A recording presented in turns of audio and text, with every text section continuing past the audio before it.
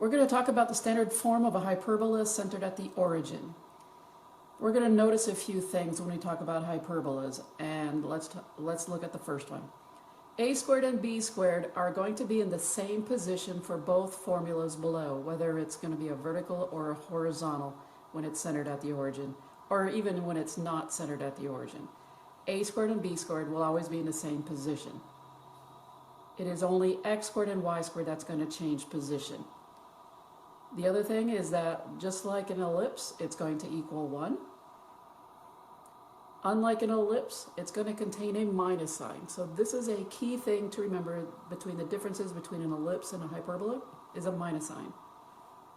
There's going to be no leading coefficients other than 1 in front of your x squared and y squared. We're going to talk about when x is first. So looking at this formula, we have x squared over a squared minus y squared over b squared equals 1. Or you may see it written like this, or you could even write it like this, put in the zeros. This is again when it's at when the center is at the origin, 0, 0.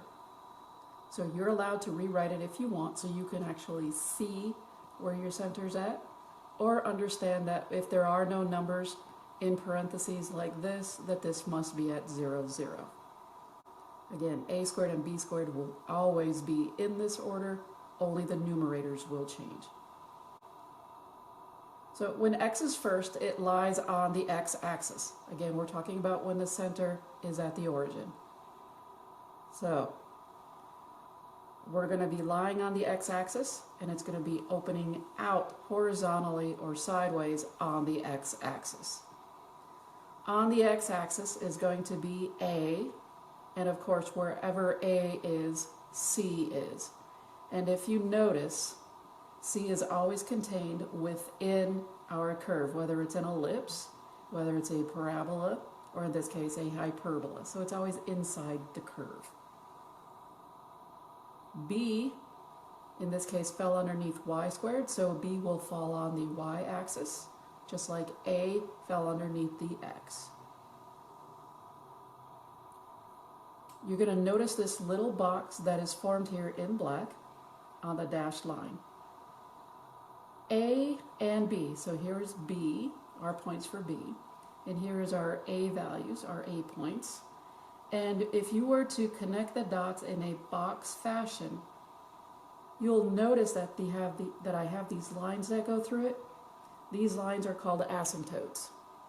And these asymptotes actually contain our graph. So our graph cannot go past or touch this line, this asymptote. And because you have a line going in the negative direction, it's going to have what we call a negative slope. And you're going to have a box that has the other corners from left to right going upward, and this is going to have a positive slope. And when it is centered at the origin, it is a very simple formula. Y equals b over x, b over ax, and y equals negative b over ax. A very simple form for your asymptotes. Now in here you will see that I marked this in red, this large heavy red dashed line. And there is a triangle, as you can see, that's being formed. This is going to be a squared plus b squared. And that's going to help us form our c value and where to place it. So a squared plus b squared equals c squared. We now have the real Pythagorean theorem, unlike the ellipse, which had a modified Pythagorean theorem with it. A few things to remember. A squared plus b squared equals c squared is the formula that we're going to use to find a, b, or c. Sometimes you'll be given b and c, or a and c, but not b or one of the others. So this formula is helpful to find when one of these letters are missing. Center, in this case again, we're at the 0, 0, which is at the origin. The X-Intercepts, in this case, are going to be at A0, negative A0. Foci, which is C, is going to be at C0 and negative C0. And remember, wherever A is, C is. The Y-intercepts are going to be at 0B and 0, negative B. The reason why B is a y-intercept is because our B fell underneath our y squared. You had y squared over b squared.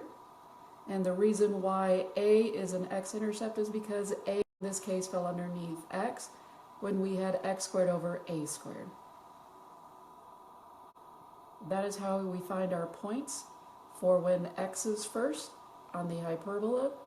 The next hyperbola formula that we're going to look at when the hyperbola is centered at the center is when y is first. So when y is first, you have y squared over a squared minus x squared over b squared equals 1. Or you can rewrite it to show yourself that the center is in fact 0, 0. But if there are no numbers inside these parentheses here, if all you see is y squared and x squared, again, you know that your center is at 0, 0. So you can choose to write it like this or write it like this. Again, remember, a squared and b squared will go in alphabetical order in the formula. It is only your numerators, the x squared and y squared, that will change place. We have a minus sign telling us it's a hyperbola. It will always equal 1. Remember, when y is first, it lies on the y-axis. When we are centered at the origin, it will be opening out vertically, meaning it's going to move up, and it's going to open down like this right here. So, again, when y is first, it's going to open up and down, or what we call vertically. Let's look at this a little bit more. When it opens up vertically, a squared, which is always first in the denominator of a hyperbola, a squared fell underneath the y squared, which means now a is going to be representing a y value. Also because we're centered at the origin as well, which is why it's 0, negative a, and 0a. And again, wherever a is, c is going to be. C will be, in this case, inside the hyperbola, inside the shape. B fell underneath the x, so if b squared is underneath the x squared, then b will form x values. So b will lie on the x-axis. B will be an x-intercept. A and C will be y-intercepts, simply because of who they fell underneath. Again, b squared fell underneath the x squared, and since we're centered at the origin, b is an x-intercept. We got x values. A and C fell underneath the y squared. They will form y-intercepts. Now, again, you can connect the dots for A and B. This box will form your asymptotes, which will, again, contain your graph. So, looking at the box, you're actually going to notice a few things. You're going to go up A units. We're doing slope. We're going to rise A, and we're going to run B units. A is positive, B is positive in this case. My slope is A over B, and it's x because we are centered at the origin. When this graph is going down, it's a negative, and so we have going down A units, which is a minus A, but going right, a positive B units. That gives us a negative slope of y equals negative A over bx. I still have my triangle that's also formed in this square, which is a squared plus b squared again, and that's how we find our foci C. Let's go over this one more time. A squared plus b squared, the real Pythagorean theorem, is the formula we're going to use to find A, B, or C, whichever one is missing. Center in this case is going to be at 0, 0, which is the origin. The y-intercepts will be at 0a and 0, negative a, because a squared fell underneath y squared in our formula. Foci is C, and C will have the point 0c and at 0, negative c, because again, wherever a is, C is. So if A is a y-intercept, so is C. The y-intercepts are B0, negative B0.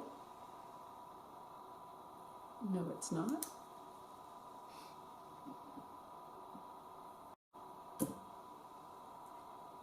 B is an x-intercept, and it will be at B0, negative B0. Again, the reason why is that B squared fell underneath x squared. And in that case, since we're centered at the origin, B forms the x-intercepts. Again, just to reiterate, A squared and B squared are in the same position and never switch around. It is only your numerators, x squared and y squared, that will change position in the formula. It equals 1 and it contains a minus sign. Minus sign is key.